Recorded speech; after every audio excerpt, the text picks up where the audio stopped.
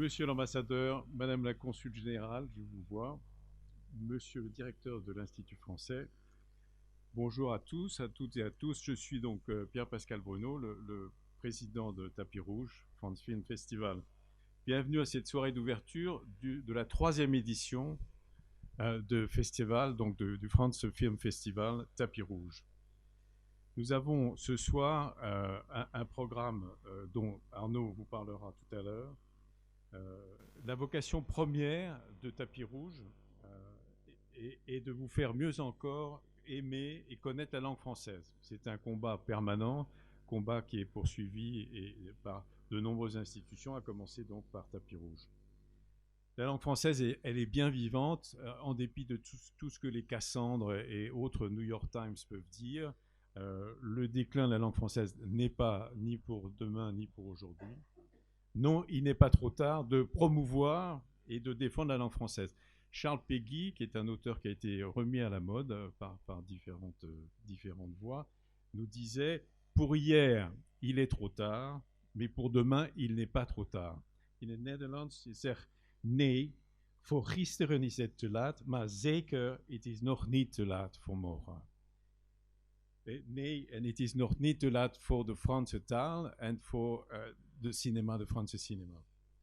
Oui, il faut descendre la langue française et ne pas renoncer à puiser tous ces mots qui existent en fait et véritablement céder à la facilité d'aller chercher des mots dans une autre langue. Laurent Godet, que nous avons reçu ici, a dit quelque chose qui était vraiment tout à fait pertinent. Il dit « La langue française nous invite à la table de la grande curiosité où l'on parle québécois, créole, suisse, belge, où l'Afrique apporte ses mots et les langues régionales les leurs. » J'étais la semaine dernière à Brive, cette foire du livre invraisemblable qui rassemble 300 auteurs. Et ce qui était formidable, c'est que parmi ces 300 auteurs, les plus en pointe, les plus en avant, étaient d'abord Mohamed Sarr, qui vient d'avoir le prix Goncourt. Il y avait bien sûr David Diop, qui est très connu ici, qui est l'auteur de Frères d'âme, et qui a reçu le premier auteur de langue française à recevoir le fameux Booker Prize. Et la liste est longue de tous ces écrivains qui parlent à la fois de la France et de leurs ancêtres et de leurs origines.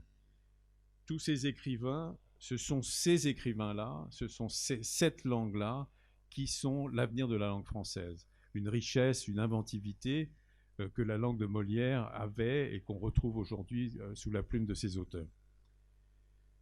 L'Organisation internationale de la francophonie, donc organisation avec laquelle TV5 Monde a une grande coopération, dans le dernier rapport qui a été publié en 2008, dit qu'il y a environ 300 millions de francophones dans le monde. Et parmi ces 300 millions de francophones, il y a 59% qui sont en Afrique. Il y a 300 miljoen Franse sprekenden in de wereld, waarvan 59 van Afrika. Dat is een heel belangrijk en dat is de futur voor de Franse taal. Tous ces écrivains et bien d'autres écrivains originaires du Maghreb ou de l'Afrique subsaharienne font vivre cette langue et cette langue française qui a non seulement s'est enrichie de ces cultures, mais également a apporté à d'autres langues. Et le plus magnifique exemple que l'on puisse trouver, ce sont les apports qui sont faits à la langue néerlandaise. Et il y a un article qui a été paru dans le Parole il y a quelque temps d'une jeune professeure qui s'appelle professeure de français, qui s'appelle Rianne Thomas, et qui, tout en déplorant la baisse de l'enseignement, de l'intérêt du français dans l'enseignement, met en avant le fait qu'effectivement, le français a eu un apport et a un apport considérable au néerlandais. Donc elle dit « Het Franse heel veel invloed heeft gehad en nog steeds heeft op het Nederlands ». Et elle donne des exemples qui sont vraiment tout à fait amusants et sympathiques. Elle dit « We maken regelde onze excuses ». En français dans le néerlandais, zijn we ons à propos op hebben en déjà vu op het moment suprême. We dineren gesoigneerd in een restaurant of café, waar een entree of dessert bestelen, of na afloop, dat is het beste part, of na afloop nonchalant op het trottoir te flaneren en ons zo te amuseren.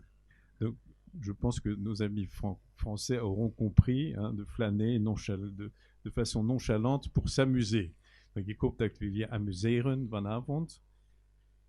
En bovenal laten we niet vergeten dat c'est le ton qui fait la musique. La première phrase que j'ai apprise en néerlandais.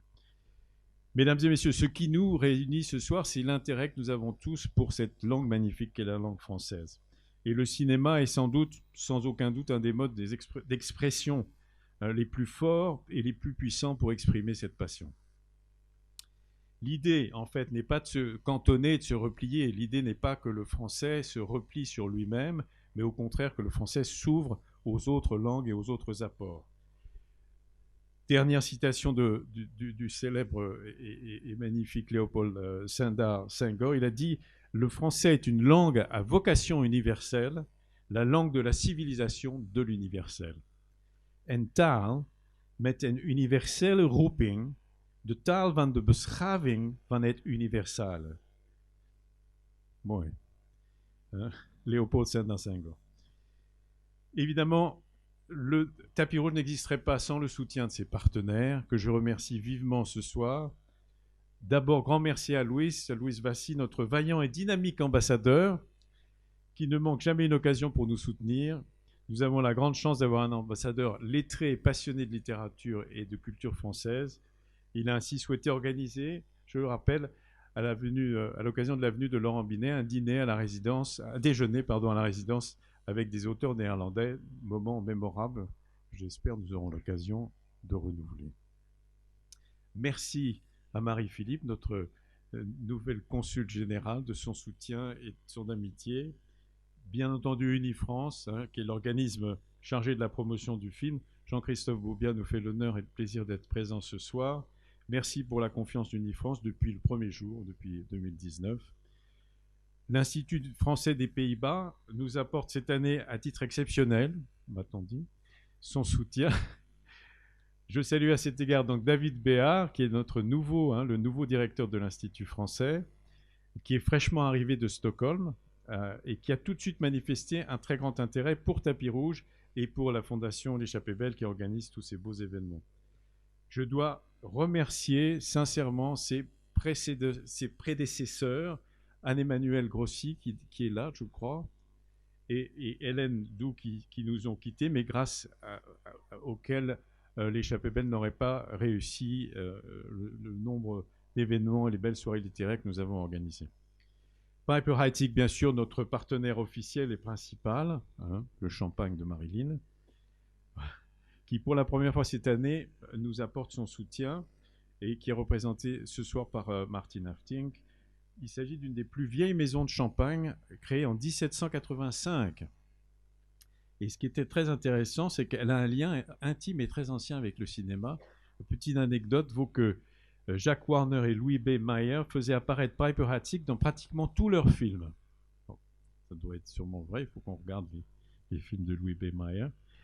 Donc, on cite un Stan Laurel, Oliver Hardy en 1934 dans Son of the Desert, Clark Gable, Fred Astaire, Humphrey Bogart et bien sûr Marilyn dont on a parlé, qui, paraît-il, aimait dès son réveil prendre une coupe de Piper Heidsieck. Voilà. C'était, comment s'appelait-il, oui, Elizabeth Taylor, c'était de la vodka le matin et à midi. Bien entendu, je dois remercier très très chaleureusement Cinéar, qui est notre conseiller spécial, conseil pour la programmation, et en particulier Marc Smith, qui est là, et qui est présent depuis les tout premiers jours de Tapis Rouge, et qui nous apporte ses conseils précieux de très grands professionnels du cinéma. Marc, merci de ton soutien. Ta présence à nos côtés compte énormément. Je remercie la Chambre de commerce d'industrie des Pays-Bas, Sylvie Cranen, Phil Malen, et bien sûr qui nous accueille ici, Kadir Selçuk et Wouter Timmermans, nos partenaires médias, Leven Frankrijk. Vous avez un sac cadeau qui pèse, je dois dire, très lourd, parce qu'il y a donc la petite bouteille rouge de champagne et il y a aussi une bouteille d'eau. Donc, merci, qui va être utile ce soir. Donc, merci à nos partenaires médias, Leven Frankrijk, Marlène Wickel, Jean Mineur Média Vision, Et TV5 Monde, bien entendu, Tineke, que j'ai pas vu. Je ne sais pas si elle est là ce soir. Si, ah voilà. Hello Tineke. Merci à nos amis hôteliers, et non des moindres, hein, l'Hôtel de l'Europe et le Sofitel Legend de Grande. Et puis, bien entendu, Arte, France 24, Linda Brauss pour Arte, Charlotte pour France 24, BNP Paribas, Citroën, Title Protection Europe, le meilleur assureur du monde, Join the Pape et les bars chocolatés Amara, qui sont des bars vegan, c'est ça, qui sont bonnes. Bon. Voilà.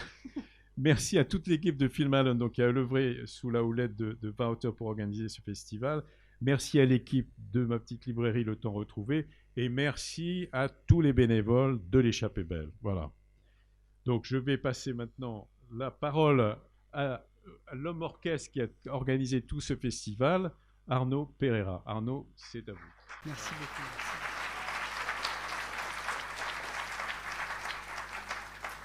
Merci pour les applaudissements. Je les prends pour Pierre Pascal et je les prends aussi un peu pour moi, comme ça. Au moins, vous applaudissez qu'une fois, c'est plus simple.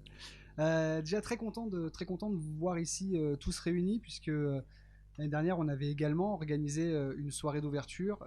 C'était à peu près identique. Il y avait un film très intéressant, il y avait des partenaires, il y avait des sponsors. Mais la salle était beaucoup plus petite. Il y avait seulement 30 personnes dans la salle. Parce que vous savez, il y avait des restrictions. Et cette année, on est vraiment extrêmement heureux de pouvoir avoir une salle pleine et de voir des visages souriants, radieux. Pour certains, ça va être peut-être la première fois que vous revenez dans une salle de cinéma depuis plusieurs mois. Vous allez revoir comment c'est, vous allez vous rappeler de certains souvenirs, vous allez vous rappeler que votre voisin de derrière, il donne des coups dans le siège tout le temps. Vous allez vous rappeler que le voisin d'à côté mange des bonbons. Mais vous allez aussi vous rappeler qu'en fait, c'est agréable de partager ensemble des émotions, d'avoir peur, d'avoir envie de voir ce qui va arriver, d'être effrayé, d'être amusé, d'entendre encore un voisin dire « mais j'ai pas compris ». Alors qu'en vrai... Ah, vous voulez que je le dise en néerlandais? Goedemiddag. Voilà. C'est tout. Non, je suis désolé pour... I'm so sorry for the Dutch people, but it's quite interesting what I'm saying. I'm sorry. Non, je vais faire assez court pour justement pas embêter les néerlandophones qui ne comprennent pas. Mais quoi qu'il en soit, nous sommes extrêmement ravis d'être ici aussi dans ce lieu qui est Film Island, qui est un lieu dédié au cinéma plutôt de cinéphiles. C'est pas un cinéma de blockbuster, c'est un cinéma indépendant. Et c'était important pour nous d'être dans un cinéma comme celui-ci, puisqu'on veut promouvoir la culture française, on veut développer évidemment la francophonie, mais on veut aussi développer le cinéma de qualité dans des endroits qui promeuvent eux-mêmes le cinéma de qualité. Donc ça, c'était un fit assez intéressant. Hop, petit mot anglais pour que les Néerlandais puissent avoir quelques mots. Non, je voulais surtout vous remercier, puisque ça fait quelques mois que nous travaillons avec Pierre Pascal et tous les gens qui nous ont accompagnés sur la sélection de ce festival. Ça fait plusieurs mois qu'on réfléchit et j'ai un peu l'impression d'être un soir de Noël. On a préparé plein de cadeaux, on s'est dit que ça pouvait plaire à telle personne, ça pouvait plaire à telle personne. On a essayé de vous faire plein de jolies choses, on les gardait dans un petit coin. Et là, aujourd'hui, on peut vous donner tous ces cadeaux, vous allez pouvoir les ouvrir et apprécier des films comme Madeleine Collins, qui est un thriller familial assez incroyable. Vous allez avoir des films comme Les Intranquilles aussi, qui montrent les difficultés de certaines maladies, la bipolarité et comment la famille subit tout ça. Vous avez aussi des comédies. On a ce qu'on a appelé la comédie What the Fuck, la comédie Orange Sanguine. What the Fuck, c'est un peu le bah dis donc, elle est drôlement fofolle cette comédie. Voilà, c'est What the Fuck. Je ne peux pas le traduire mieux que ça. Donc voilà, on a essayé d'être assez éclectique pour vous proposer plein de choses. La plupart des films vont être concentrés sur demain, samedi et dimanche. Donc profitez justement de ces jours, de ces jours prochains pour voir tous ces films que vous ne verrez probablement plus, puisqu'ils sont diffusés exclusivement et uniquement en partie pendant le festival. Certains autres sont diffusés en avant-première, donc vous les reverrez peut-être pour certains dans 2 mois, 3 mois, 6 mois. Donc c'est une grande chance que nous ont fait les distributeurs et c'est une grande opportunité que nous vous offrons. Nous sommes extrêmement ravis. Je vous remercie à tous d'être venus si nombreux. Et nous allons, maintenant je vais bientôt repasser la parole à Pierre Pascal pour que nous accueillions ensemble l'homme de ce soir, l'homme qui qui est avec nous ce soir et qui a réalisé Boîte Noire. Merci Arnaud. Voilà. Et donc oui, nous avons le grand plaisir d'accueillir ce soir Yann Gozlan, qui est le réalisateur du film que vous allez voir tout à l'heure. On va avoir une petite présentation assez rapide pour ne pas vous faire trop attendre pour le film Boîte Noire. Et puis ensuite, après le film, il y aura donc questions et réponses avec les questions du public, les questions d'abord de notre part, moi et Arnaud, et puis ensuite vous aurez la parole. Voilà. Yann. Voilà.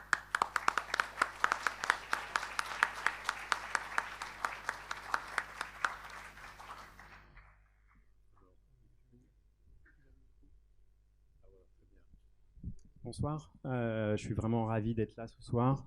Très très heureux que mon film soit présenté en ouverture du festival Tapis Rouge. Je ne sais pas quoi vous dire, si ce n'est que vous verrez, c'est un film, un thriller.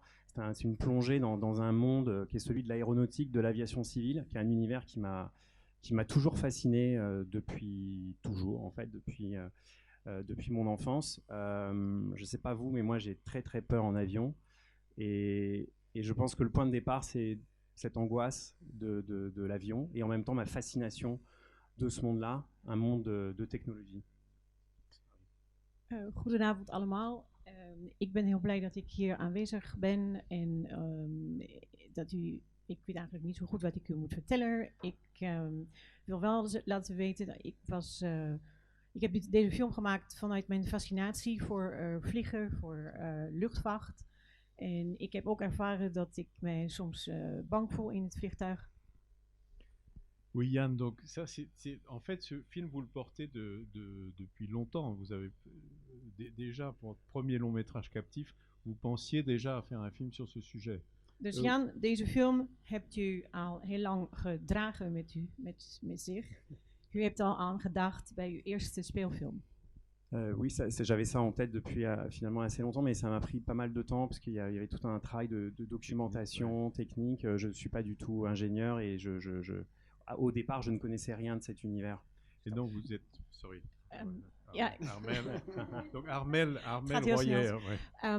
Ja, ik ben begonnen. Eigenlijk heb ik dat idee gehad voor deze film al bij mijn eerste speelfilm. Ik heb heel erg lang over nagedacht en ook heel veel zoekwerken voor documentatie. Heel lang moeten documenteren, want ik ben geen expert-specialist in de luchtvaart. Et donc vous êtes effectivement geen expert parce que vous avez commencé par des études d'économie à Dauphine. Oui, donc, je voulais être trader. Personne n'est parfait. Ja, dus iedereen heeft waarschijnlijk begrepen. U bent begonnen met een economiestudie in Paris-Dauphine. Et alors, ce qui était amusant, c'est que dans votre biographie, il est mentionné que vous avez fait vos premiers courts-métrages avec du Super 8. On en parlait avec Pierre Assouline tout à l'heure. Donc, vous paraissez bien jeune pour avoir utilisé du Super 8 quand même. Non, j'allais à Paris, à Boulevard Beaumarchais. Vous avez plein de boutiques de photos et qui vendaient alors à l'époque, je ne sais pas si c'est encore toujours le cas, mais qui vendaient... C'est vraiment le boulevard de... Voilà, qui vendaient du Super 8. Et à la fac, on avait du 16 mm. Et les premiers cours que j'ai faits, c'était de la peinture sur pellicule. C'était très expérimental. Ja, ik ben dus begonnen met hele experimentele films met 8 mm en daarna 16 mm. Ik was letterlijk aan het schilderen op de pellicule, op de film. Mais j'avais l'impression d'être un artiste et puis en fait je me suis rendu compte que j'avais envie de raconter vraiment des histoires. C'était ça qui m'intéressait. Dat ik ook echt de verhalen wilde gaan vertellen. Et c'est important de connaître, alors sans du tout dévoiler le sujet du film, mais vous avez eu une première fascination pour ce qu'on appelle en français les films de genre, ce qui est intraduisible en néerlandais, et pour les films d'horreur, et les films avec des films à suspense avec une grande intensité. Donc la notion de tension est très importante pour vous. Ja, u bent dus begonnen met belangstelling voor horrorfilm, voor thrillers en met genrefilm, dat onvertaalbaar is haast.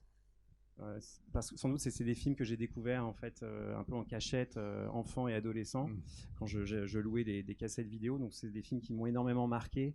Et le film de genre, pour moi, il a cette chose-là, c'est qu'à la fois vous racontez une histoire, mais vous essayez de faire vivre une expérience immersief, sensoriel et assez viscéral. En tout Ja, cas, een genrefilm voor mij betekent dat u probeert niet alleen een verhaal te vertellen, maar ook de toeschouwer echt in de film te laten duiken. Et c'est comme ça que j'envisage le cinéma, c'est-à-dire d'en faire non seulement on voit un film, on raconte une histoire, mais avant tout c'est de projeter le spectateur dans un monde et de lui faire vivre une expérience. Ja, het gaat om de ervaring die de toeschouwer beleeft en niet alleen om het verhaal. Oui, une tension suggérée en fait. Il y a une violence, mais qui est une violence sous-tendue, mais qui n'est pas explicite. Ouais. Dus u gebruikt spanning en geweld, maar op een subtiele manier. J'espère que vous trouverez tout ça dans le film. Hein. Oui, Ik hoop echt dat u dat allemaal gaat zien en vinden in de film. Là, on survend le. Non. Arnaud? Non, mais je pense qu'on ne va pas non plus trop en dévoiler, parce que je me rends compte qu'on a envie d'en parler beaucoup. We willen nog niet heel veel vertellen over de film. Trop. En revanche, on peut refaire mon discours et on peut le traduire cette fois-ci. Très bien. Je plaisante. Non, en revanche, effectivement, j'ai envie de poser plein de questions, mais je les garde pour après, parce que j'ai toujours ce risque. Yann Gozlan, pour ceux qui connaissent son cinéma, est un cinéma de tension, comme on disait, mais qui nous emmène quelque part, et c'est pas forcément un endroit dans lequel on était prédestiné. Et c'est vrai que là, il y a plein de choses qui nous bouleversent. On a envie de poser plein de questions, mais on n'a pas aussi. Dus ik heb echt zin om heel veel vragen te stellen, maar dat ga ik bewaren voor na afloop, voor de discussie. Et donc on posera plein de questions après. Et si vous avez la moindre question pendant le film, mettez-la dans un petit coin de votre tête, puisqu'il sera là pour répondre. Et c'est pour ça qu'on a la chance de l'accueillir, et c'est ce qui est important pour le festival Tapis Rouge. Dus we hebben het geluk om de filmmaker, de regisseur te hebben in ons midden vanavond. Dus bewaar vooral uw vragen voor na afloop van de film. Oui, vous avez des stylos dans les sacs cadeaux qui vous permettent de prendre des notes si vous voulez. Mais je pense que la tension du film ne vous en laissera pas le loisir. Très bien. Maar de spanning in de film zal dat misschien beletten. En tout cas, bonne projection. J'espère que le film vous plaira. Merci beaucoup. Merci Merci Yann. à tous. Tout à l'heure. Geniet ervan.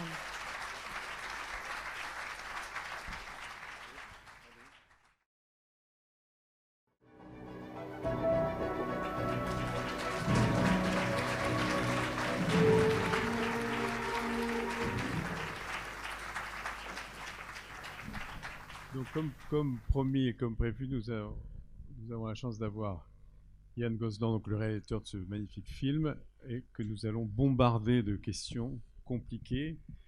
La première question, c'est l'importance des travaux que vous avez pu faire avec le BEA.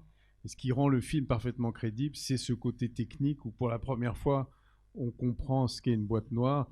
On en parlait tout à l'heure, il y a ces émissions où on reconstitue les crashs, mais on ne parle jamais, ou en tout cas on ne voit jamais la boîte noire et le contenu, et son contenu.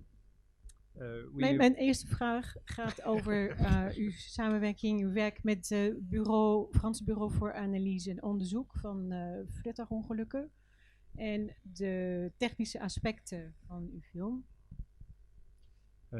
Donc oui, vraiment le point de départ du film, j'avais envie de réaliser un film qui se déroulerait qui plongerait le spectateur dans le milieu de l'aéronautique, de l'aviation civile. Ik wilde een film maken die de toeschouwer zou laten voelen of laten duiken in de wereld van de luchtvaart, de civiele luchtvaart. Et il y a des films qui sont des catastrophes aériennes, mais des films qui plongeraient le spectateur dans cet univers-là et avec cette vision presque sociologique. Je crois que c'était assez nouveau. Ik wilde iets nieuws maken, niet alleen een film over vliegtuigongelukken en crashes, maar ook laten voelen, ervaren, beleven hoe dit is. Et donc voilà, j'avais vraiment envie de raconter une histoire qui serait l'enquête autour d'un crash. Et voilà, je ne suis pas pilote, je ne connaissais rien à ce monde, et donc évidemment j'ai découvert l'existence donc du BEA, et c'était fondamental, c'était même nécessaire, ne connaissant pas la technologie, tout ça, d'aller les voir et de comprendre.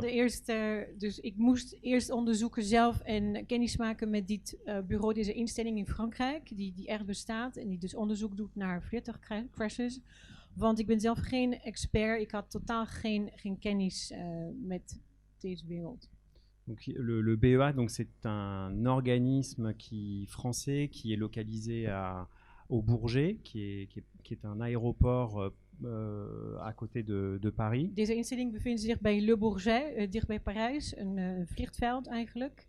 Et donc le travail de ces gens-là, qui sont des techniciens, qui sont des ingénieurs hautement qualifiés, c'est d'enquêter dès qu'il y a un incident, même mineur, sur un vol, pour déterminer ce qui a pu se passer et surtout pour qu'il y ait un retour d'expérience, pour qu'on améliore la sécurité. Oké, de taak van deze mensen, hun werk bestaat daarin dat zij alle incidenten, zelfs de kleinste die op vluchten gebeuren, onderzoeken, analyseren, zodat vervolgens met de gegevens verbeterd kan worden, nieuwe vluchten. En deze mensen zijn echt technici, ingenieurs, experts. Et pour répondre enfin à votre question, pardon, je suis très long. Donc je suis allé voir les gens du BEA et moi je leur ai dit je ne veux pas reconstituer le cas d'un crash qui aurait déjà eu lieu. En revanche, j'aimerais évoquer les problématiques majeures, actuelles et peut-être futures de l'aéronautique. Dus om uw vraag te beantwoorden, ik wilde niet een vliegtuigcrash nabotsen. Ik wilde juist laten zien hoe het onderzocht wordt. Et donc ils ont été rassurés, le fait que ça soit, que ça soit une fiction, que le projet soit une fiction, les a rassurés. Mais moi, je leur ai tout de suite dit, même si c'est une fiction, ce que je veux faire, c'est pas de la science-fiction. Je veux vraiment évoquer les problématiques majeures. Et donc, l'idée donc là, on peut le parler, puisque vous avez vu le film, le hacking est central. Dus ik wilde in ieder geval laten zien... Sorry. Ouais, pardon. En fait, l'idée, je voulais leur présenter, leur dire que c'était une fiction, mais en fait... Het was inderdaad, ik kwam met een project dat een fictie was, maar ik wilde ook geen science fiction van maken. En het moest ook realistisch zijn. Donc tout ce que vous avez vu dans le film est tout à fait techniquement aujourd'hui possible, réaliste, et ce sont des problématiques aujourd'hui vraiment prises très au sérieux par tous les experts. Dus wat u gezien hebt in de film, dat gebeurt echt. Dat is ook wat wordt onderzocht. En ik wilde ook niet alleen de actualiteit van dit soort zaken laten zien, maar misschien ook wat er in de toekomst gaat gebeuren. Et c'est juste pour terminer, ça renvoyait, surtout ces problématiques de technologie et de prise de contrôle, pour moi renvoyait finalement à un conflit qui dépassait le cadre de l'aéronautique et le conflit entre l'homme et la machine et l'emprise aujourd'hui de la technologie, je trouve, dans nos vies. Het ging er om te laten zien wat technologie doet en wat ook het conflict kan zijn tussen technologie en mensen. Pardon, j'étais très long. Non, je vous en prie. Et il y a un autre hacking donc vers la fin, qui est le hacking de la voiture et de l'ordinateur intérieur. Est-ce que ça, c'est une réalité? Est-ce que vous vous êtes inspiré de quelque chose? Est-ce que vous faites référence à des incidents? Is nog een andere hack in de film aan het eind met de auto en de machine. En hebt u zich laten inspireren door feiten daarvoor? D'abord, je trouvais que c'était de terminer le film par la mort du héros par ce hacking. Je trouvais que c'était à la fois tragique et ironique, puisqu'il lutte, il veut dénoncer ce hacking. Daarom heb ik ook ervoor gekozen om de held dood te laten gaan aan het eind van de film met deze hacking. Et effectivement, pour répondre à votre question, c'est tout à fait vrai, puisqu'il y a quelques années, on a vu un cas de prise de contrôle d'une Tesla. We hebben een aantal jaren geleden ook meegemaakt dat een Tesla ook werd gecontroleerd van buitenaf. Incroyable quand même. Il y a un aspect d'une morbidité terrible quand même dans toute cette recherche à comprendre et percevoir les derniers instants de tous ces gens qui sont morts dans cet accident. Er is ook echt ook een aspect van morbiditeit in deze film, dat er mensen de laatste ogenblikken van medemensen onderzoeken.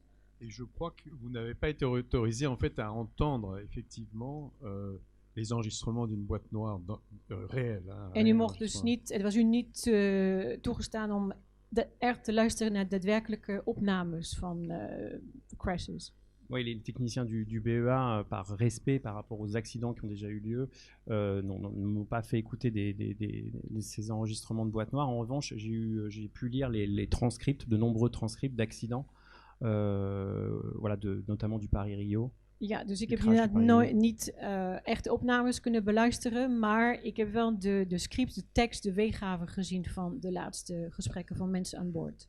Et ça, voilà, je me suis inspiré aussi de la manière dont les pilotes pouvaient parler et puis de voir combien par moment, tout d'un coup, quand la situation semble extrêmement sous contrôle, ce moment où tout commence à dérailler et c'est ce qui est extrêmement angoissant. Ja, dus ik heb me echt daardoor laten inspireren, ook in de dialogen, de gesprek van de piloten.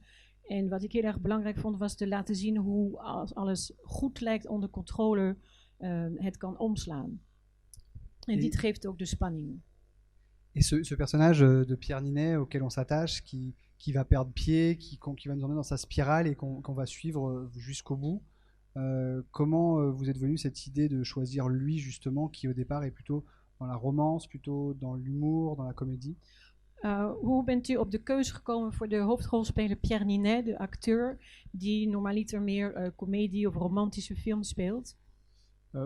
Je trouve qu'il a quand même, c'est un acteur qui est de théâtre, donc il a une palette de jeux très, très, très large. Het is een toneelacteur oorspronkelijk, dus hij kan heel veel, hij heeft een breed spectrum. Et j'avais besoin d'un comédien qui dégage quelque chose de très ambivalent. Et je trouve qu'il amène une étrangeté de par aussi son physique et la manière dont il joue.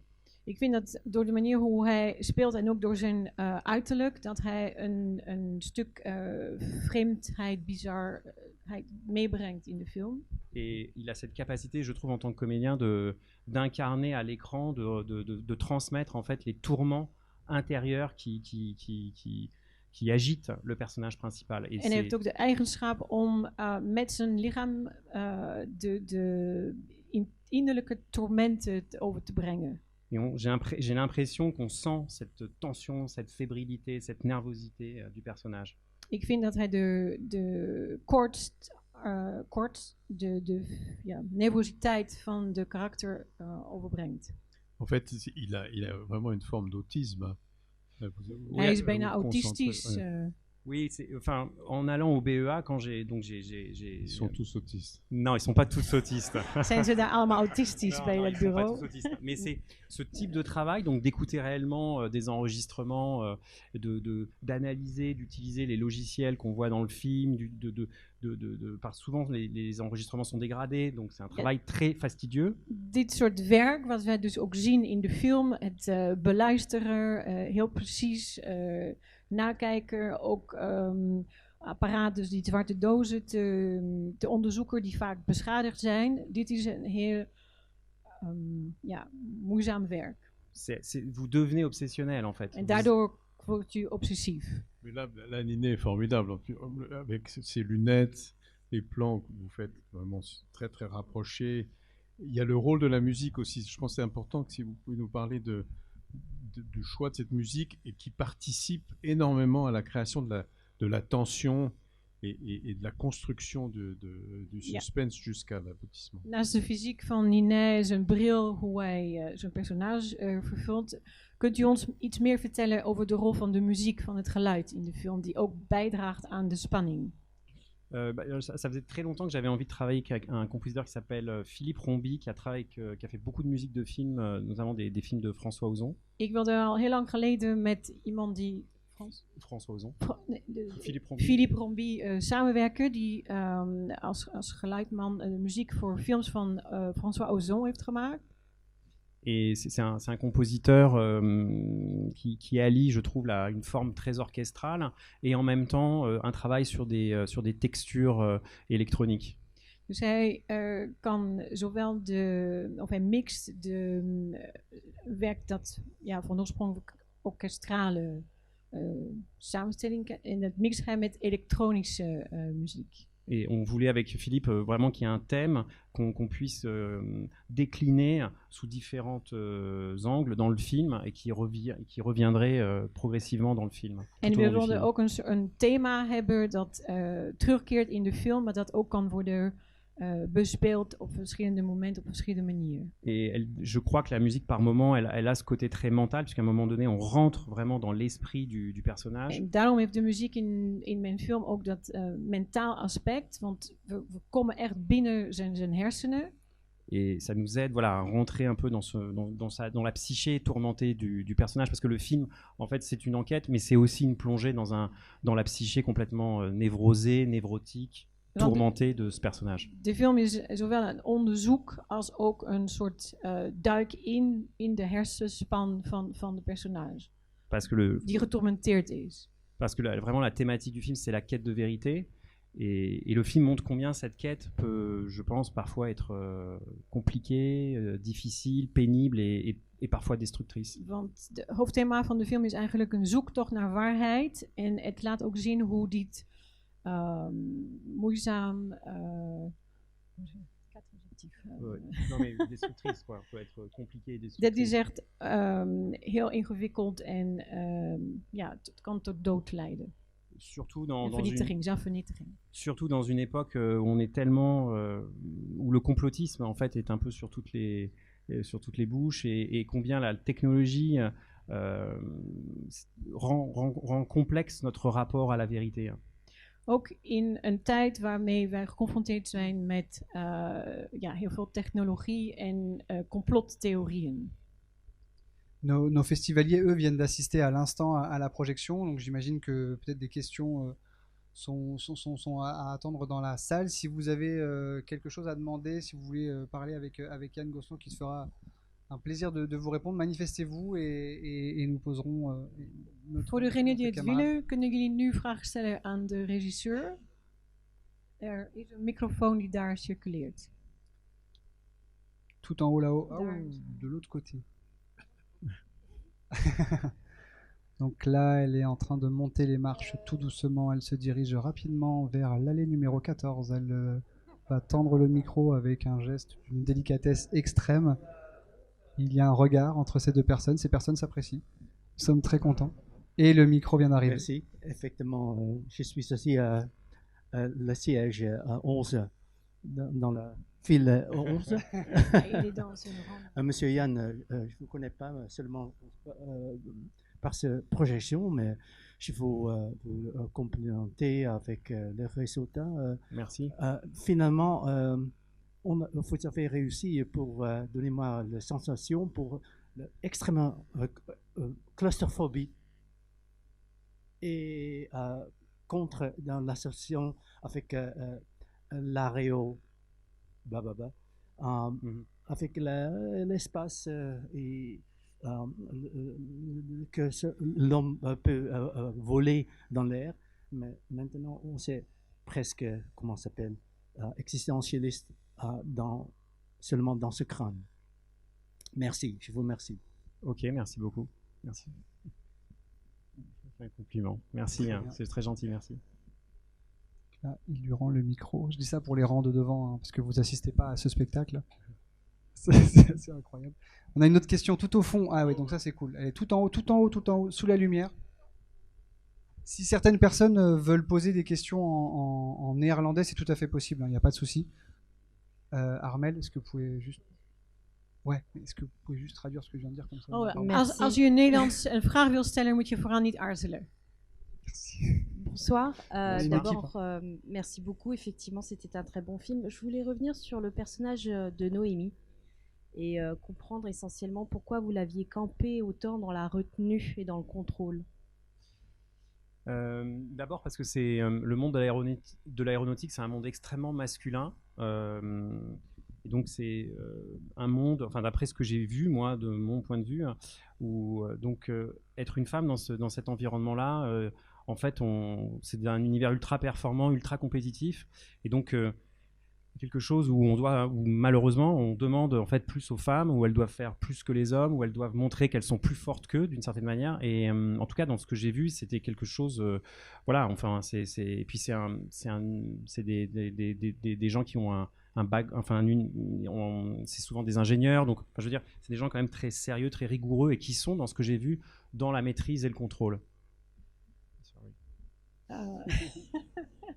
De vraag was waarom de personage van Noémie, de vrouw, zo wordt neergezet. Antwoord is dat de wereld van deze technici, van de luchtvaart, deze ingenieurs, een heel mannelijke wereld. Waar eigenlijk van vrouwen wordt verwacht dat ze nog meer presteren, nog efficiënter zijn. Et il y avait une autre raison, c'est que je me disais qu'en la montrant sous cet aspect-là, au départ, je pense qu'on pouvait tout d'un coup peut-être douter, se demander à un moment donné si elle ne fait pas partie d'un complot, du coup d'évoquer la paranoïa que ressent le personnage principal. En in die zin wil ze dus in controle zijn en daarom heb ik gekozen om haar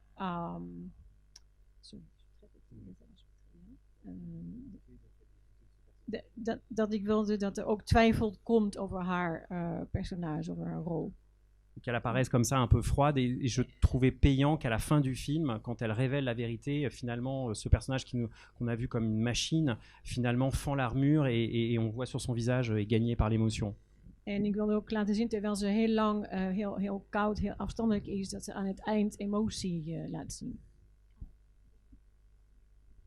Est-ce qu'on a une autre question? Oui. Ah oui, Pierre après. J'ai une question.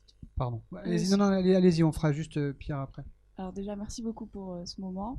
Et ma question, c'est plutôt en termes de casting. Donc vous avez parlé déjà de comment vous, en tant que réalisateur, vous avez fait pour finalement découvrir et entrer dans cet univers et vous l'approprier pour écrire l'histoire. Une fois que le casting a été fait, comment est-ce que finalement, qu'est-ce que vous avez mis en œuvre pour qu'un Pierre Ninet rentre dans le personnage et s'approprie son rôle? Alors je l'ai amené avec moi au BEA. Ik heb Pierre Ninet meegenomen naar dit bureau. Et justement par rapport à l'aspect autiste, on a pris exemple sur vraiment un personnage qui fait le métier du personnage dans le film. En ik heb echt het voorbeeld van een mens die zich licht autistisch, die zich zo gedraagt, die hebben we als voorbeeld gebruikt voor de rol van Ninet in de film. Un analyste donc sévère qui écoute des boîtes noires. Iemand die dus zwarte dozen analyseert. Et c'était sans doute le plus nerd de l'équipe. Die een echt nerd was. C'est-à-dire que parfois quand il parlait, il avait son propre raisonnement, sa propre manière de s'exprimer et il était un peu dans son monde, quoi. En die was echt in zijn eigen wereldje, ook door de manier van zich uitdrukken. Et donc évidemment Pierre a volé plein de choses de cette personne, il l'a filmé même avec son iPhone pour voir juste la dextérité avec laquelle cette personne Dus Pierre Ninet heeft hem echt geobserveerd, zelf gefilmd hoe hij kon toetsen sur son ordinateur. Op zijn computer, om echt hem te imiteren, als voorbeeld te gebruiken. Et parfois, je crois que parfois il m'imitait aussi un peu. En heeft misschien mezelf ook... Parce que tous les réalisateurs sont des obsessionnels en fait. Want regisseurs zijn ook obsessief, licht obsessief. On a la question de Pierre. Oui, bonsoir. Merci pour ce beau film. Alors, effectivement, vous abordez dans ce film plusieurs sujets, comme vous l'évoquiez tout à l'heure, le rapport homme-machine et de quelle manière la technologie pourrait prendre le pas sur l'humain à l'avenir. On voit aussi le thème de la théorie des complots. Mais également, on le voit plutôt dans la première partie du film, une possible connivence entre les organismes, entre le public et le privé, entre les organismes de prudence et les opérateurs privés, les constructeurs ou les compagnies aériennes. C'est quelque chose qu'on peut voir dans le milieu de la médecine avec la pharmacovigilance. Ça fait penser aussi un petit peu à la polémique actuelle qu'on a sur le 737 MAX, justement sur le feu vert un petit peu avant pour que la... Tout à fait, oui. Voilà. Je voulais juste avoir votre avis sur justement cette impartialité ou cette objectivité de la part des autorités publiques, vu que vous avez travaillé avec elles. En fait, j'espère que le film n'est pas, n'est pas tout blanc, tout noir. Ik hoop dat echt de film niet zwart-wit is. Et en fait, ce que j'ai tenté de montrer, c'est que quand vous travaillez dans un monde, il y a une consanguinité qui se fait en fait de facto. C'est-à-dire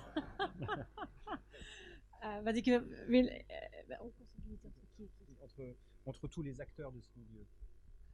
Wat ik heb willen laten zien was juist dat als je in een echt bepaald omgeving werkt, dat iedereen een soort invloed op iedereen uitoefent. C'est-à-dire que Noémie qui travaille donc dans cette autorité qui est censée certifier des avions va être amenée à travailler chez le constructeur. Donc dus Noémie die dus oorspronkelijk werkt bij deze autoriteit, dus het bureau, gaat daarna werken voor een vliegtuigbouwer. évidemment, elle est intègre dans le film, et on peut à un moment donné se demander si, voilà, il n'y a pas un conflit d'intérêts qui se pose. En je kunt je afvragen op een bepaald moment of niet een conflict is van een belangenverstrengeling. Et c'est vieux comme le monde, et ces conflits d'intérêts que vous le disiez dans la, voilà, on a un ministre de la santé, on apprend que sa compagne ou son compagnon travaille dans un laboratoire pharmaceutique. Dit gebeurt ook met bijvoorbeeld een minister voor gezondheid waarvan de partner werkt voor een farmaceutisch bedrijf. Ou que tel politique en fait a une relation sentimentale ou affective avec un journaliste. Tout ça est très compliqué. Ja, een bepaalde politieke figuur een verhouding heeft met een journalist. Dit maakt het heel erg complex. Et juste, pardonnez-moi, je suis long. Juste, les personnages qu'on montre dans le film sont tous issus, voilà, ont tous le même cursus, ils ont fait les mêmes écoles, et souvent, moi, comme vous l'aviez dit avant, j'ai fait des études d'économie, j'étais à Dauphine. Zoals u dus eerder hebt gezegd, wat u ziet in de film, dat al deze mensen vaak dezelfde parcours hebben gehad, dezelfde scholen, dezelfde studies. Et voilà, et donc j'ai pu côtoyer certaines personnes, j'étais très mauvais élève, mais j'ai pu côtoyer des gens qui sont devenus des pontes dans leur domaine, et donc forcément tous ces gens-là restent entre eux. En al deze mensen blijven een beetje bij elkaar. Et vont monter les échelons dans leur vie professionnelle, vont se retrouver. Donc il y a de facto une consanguinité. En vinden elkaar weer later terug in hun carrière. Une dernière question, Pierre. De laatste vraag. La réalisation de votre film est tellement virtuose, c'est un tel rythme, notamment aussi grâce au montage, que j'ai l'impression que même si on a du mal à se servir d'un smartphone, on comprend tout le film, alors qu'il est d'une complexité quand même, parce que filmer la complexité, ce que vous n'arrêtez pas de faire pendant 1h30, 1h50, c'est ce qu'il y a de plus difficile. Et la rendre spectaculaire, parce qu'elle est spectaculaire, alors que ce sont des données qui nous sont complètement étrangers. Mais ma question est celle-ci, parce que bon, quand on voit votre film, après avoir lu L'Anomalie de Hervé Le Tellier, on se dit ils veulent absolument nous décourager de prendre l'avion. Est-ce que L'Anomalie a eu des résonances en vous, non pas par rapport au film, mais ayant travaillé sur le sujet? Donc j'avais terminé le film à cause de la pandémie avant que le roman sorte, mais effectivement c'est un roman qui m'a énormément fasciné, plu. L'Anomalie van Hervé Le Tellier is ook een film dat over vliegtuigramp gaat. Dus hebt u deze film gemaakt en de regisseur antwoordt nee, ik had mijn film al af voordat de roman uitkwam. Mais ça part sans doute, je pense que la thématique est quand même très différente, et on parle de fantastique, et quelque chose de totalement, il me semble, vraiment différent pour le coup. En we praten wel over andere soort fantastische zaken. En tout cas, moi je voulais pas dégoûter les gens de prendre l'avion, je voulais évoquer et m'interroger vraiment sur le rapport qu'on a avec la technologie. Hein. En het ging me daar niet om mensen geen vluchten meer te laten gebruiken, maar om meer de verhouding die we hebben met technologie te bevragen.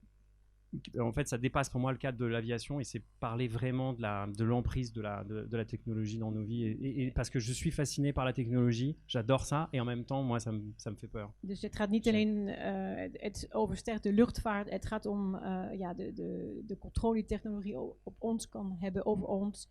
En hoe wij, aan de ene kant is het fascinerend, aan de andere kant maakt het mij ook zelf een beetje bang. Et là, nous avons dépassé le temps qui nous était imparti. Donc, merci beaucoup. Merci. Merci beaucoup.